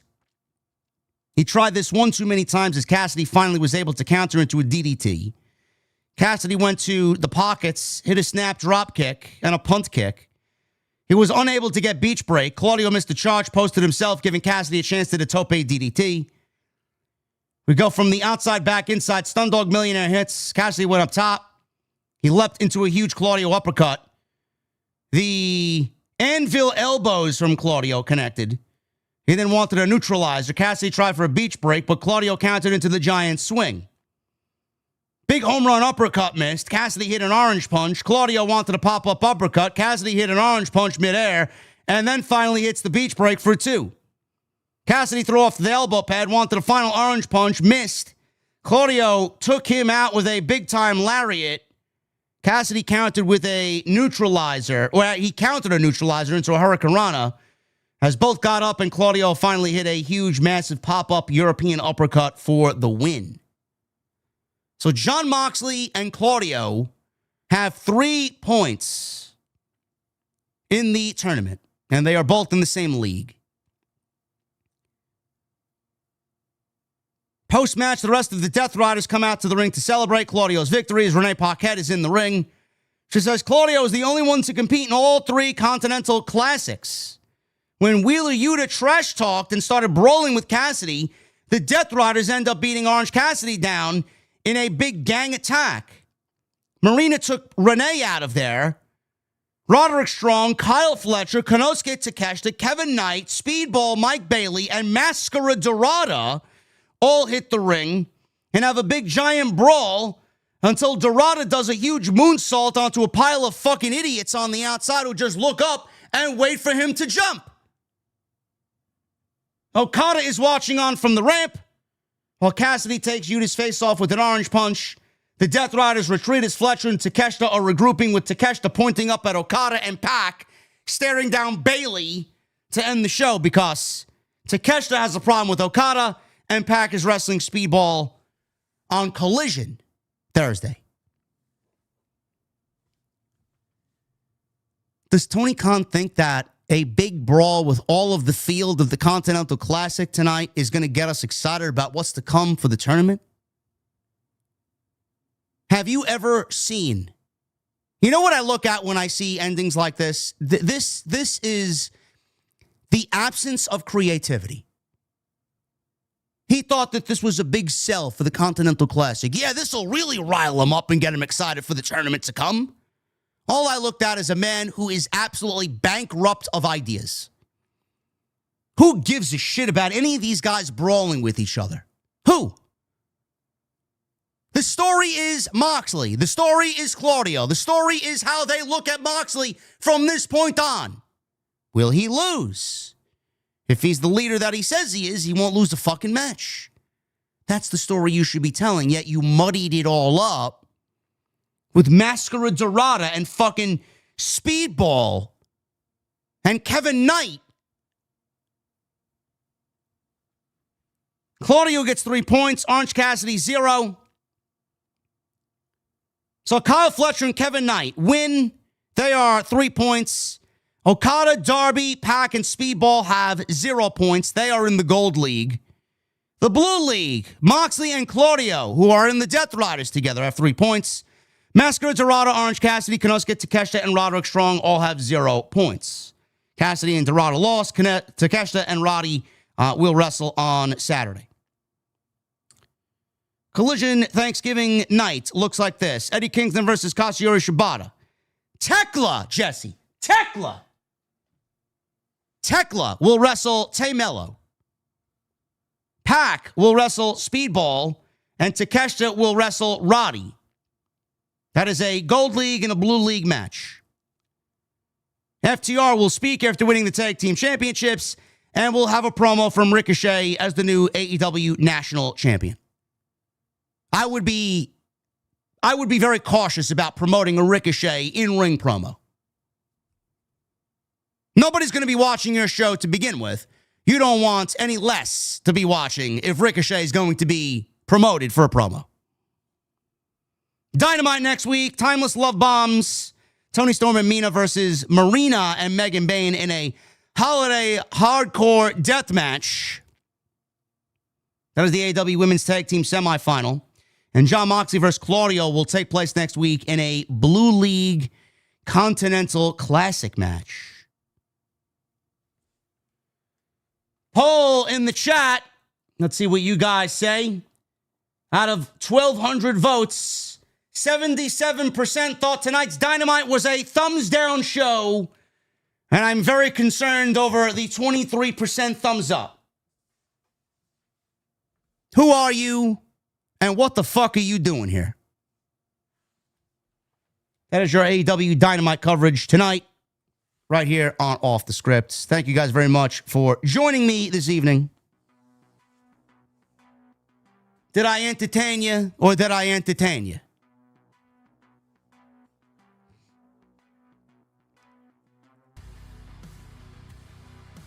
Follow me on social media at JD from NY206, Twitter, Instagram, TikTok, and Cameo.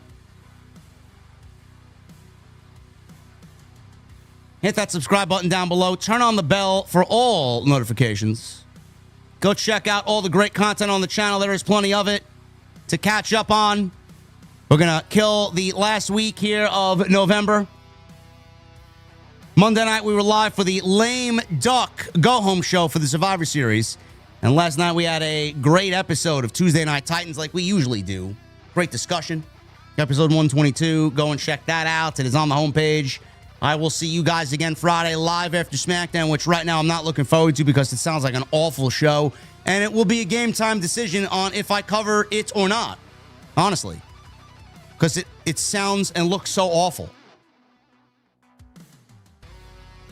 Tonight's show sponsored by Blue Chew. Fellas, it's time to main event your own show. Better than Orange Cassidy and Claudio did tonight on Dynamite. Because when the lights hit and the music drops, it's go time. You don't want to perform like Tony Khan booked your segments like you did tonight all over a 2-hour Dynamite.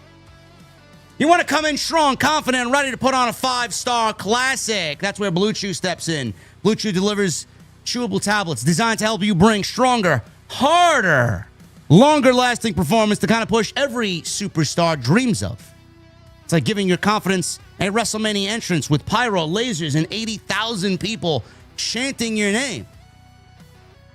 The last time I used one of Blue Chew's tablets, my junk didn't just show up. It cut a full Paul Heyman promo and demanded to be introduced as the reigning, defending, undisputed champion of the bedroom. I didn't book it, so I wasn't really going to ask any questions.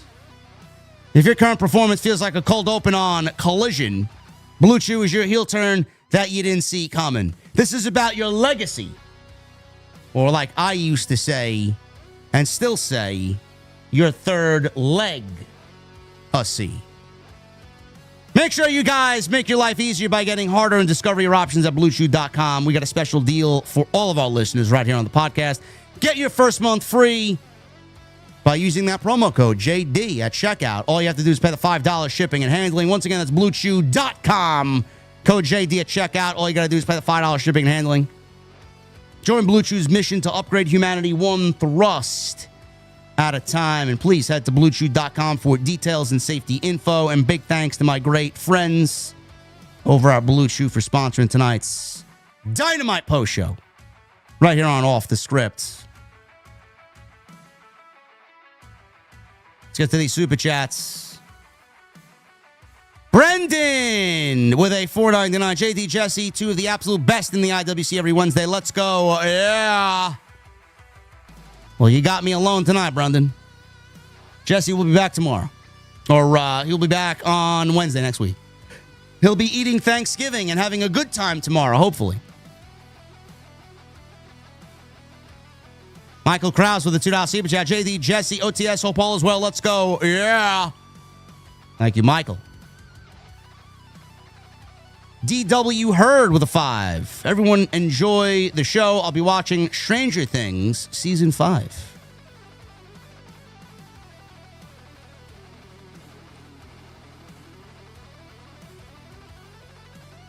Johnny Boy Vaccaro with a $20 super chat. Respectfully, please explain what 110-pound woman in a 25-minute fight could continue with blood oozing from her face. Blood is scripted in wrestling, and Skye Blue is not an MMA fighter and seems very healed tonight. Johnny, the argument that was made on Saturday was a fucking horrendous one, which is why I immediately said it is a scripted sport.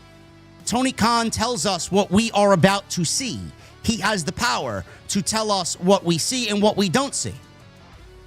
He has the power to say no to spots like this, but he lets his talent run roughshod over the show, and they walk all over him. Has he denied to Ariel Helwani? So Tony Khan is a liar. Otherwise, if he has all these hats on, and he's in every aspect of creative, he would have already known what was going to happen, and he would have said no to it, or at least dumb it down to a point where it's a little bit more impactful later in the match, instead of the first 4 minutes. Ridiculous. Michelle with the $2 super chat. Who did Darby piss off to lose his match tonight? Nobody. Why does Darby need to win? Johnny Boy with a 5. So AEW main event compromises, or actually, no, AEW main event comprises an ex-WWE superstar versus a golden AEW jobber. It makes sense why Strowman's Everything on the Menu has a higher viewing. LOL. Yeah, Strowman's show is doing like near 600,000 in the rating, bro. They're blowing Dynamite out of the water. People would rather watch Braun Strowman eat food in some rinky-dink town on the way to the next WWE show than watch Tony Khan's All Elite Wrestling. Johnny Boy also the 5. Please explain the ramp. Will Stephen Hawkins appear to do a duck shot lariat? The ramp is lame, Tony. Well, the ramp looks like an indie show, and they're an indie promotion with a ton of money. So it's not surprising. Based CLC with a $9.99. Didn't watch tonight, but I heard it was awful. Have a happy and safe Thanksgiving, Mr. JD. Thanks for your awesome streams. Well, thank you, Based. Appreciate you.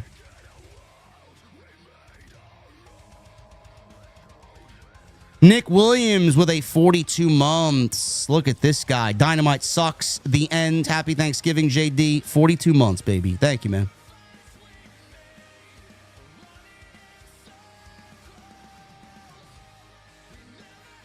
Kanan with a 4 months. AEW out here being so bad, it's tearing up relationships now. Hug it out, boys. LOL. Who are you talking about? Jesse's not here because his aunt doesn't feel well and he's got Thanksgiving to prepare. I saw his tweet. I didn't even ask him to be on the show tonight. I didn't want to bother him.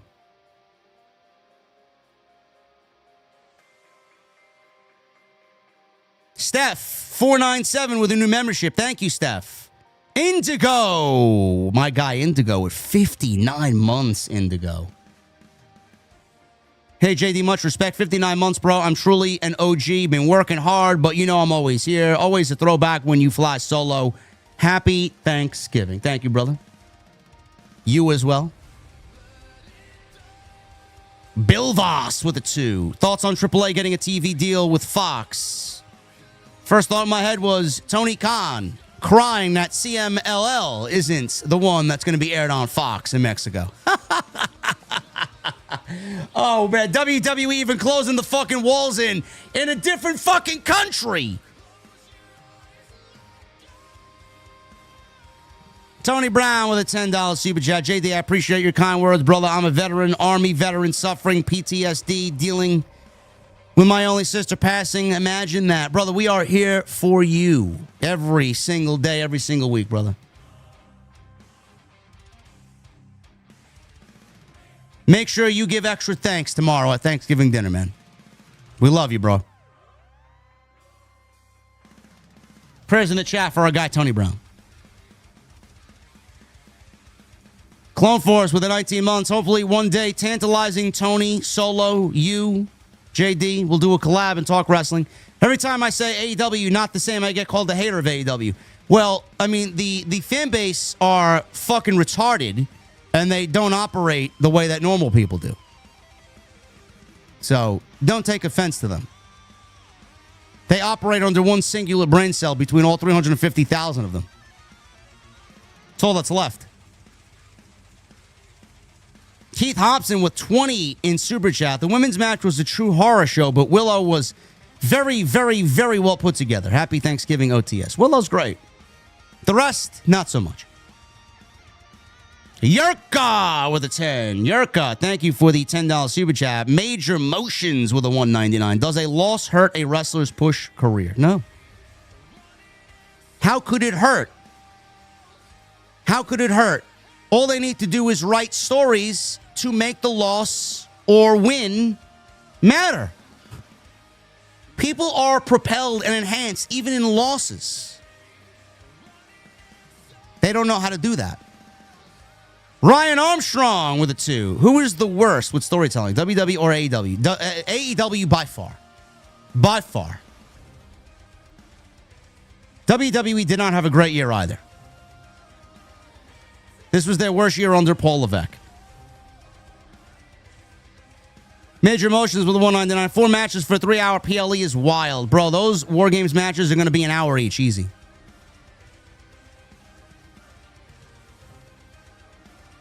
Noah Driscoll with a $4.99. Happy holidays, JD. Thank you, brother. And Lavelle with a $5 super chat. What steals the show at Survivor Series, and do you expect any surprises? Liv Morgan, maybe. We talked about Liv Morgan last night. Maybe Randy Orton at the end of that War Games match. We don't really know. No, I'm not really expecting any major surprises. Paul Heyman did say on First Take today with ESPN that They know that they have work to do, and they have to make this War Games match the best ever. And it has to top all the previous iterations of War Games. Sure. First thing I'm going to be looking for is if we get 50 to 55 minutes of these War Games matches and there's not a single drop of blood in these matches, it's the first thing I'm going to call out. And Billy, thank you again for the $100 bomb, brother. We always appreciate and love Billy every time he shows up. Reggie Smith with the 49 months. 49 months ever since the first meetup in Chicago for an AEW show. JD, continue to blow those numbers out of the water, brother. Happy Thanksgiving. Reggie, 49 months is a very long time, brother. Thank you for being with me. And happy Thanksgiving. Thank you guys for hanging out with me on this Thanksgiving Eve. I appreciate you very much, and we will definitely keep the ball rolling on into Friday Night SmackDown and then Survivor Series on Saturday night, where I will be live covering the show. And you guys know what we do there, man. We always tear it up. #1 stream in the entire community, and no one is even close. Monday, Tuesday with the Monster, Wednesday, Friday and Saturday, Sunday for your pay-per-views and PLEs. Thank you guys very much. Follow me on social media at JD from NY206, Twitter, Instagram, TikTok, and Cameo. Hit that subscribe button down below. Turn on the bell for all notifications. Make sure you guys go and check out all the other content on the channel. There's plenty of it. Beast Comatose says there's a national, continental, unified, and national titles. LOL. What them create a hardcore-esque title? Miss the days of Cody and Brody. Bro, the product went out the window when Cody Rhodes left. Everybody knows that. See you guys Friday night for SmackDown. Happy Thanksgiving. Enjoy your day, and I'll see you back live Friday as we head into Survivor Series. I'll see you guys later.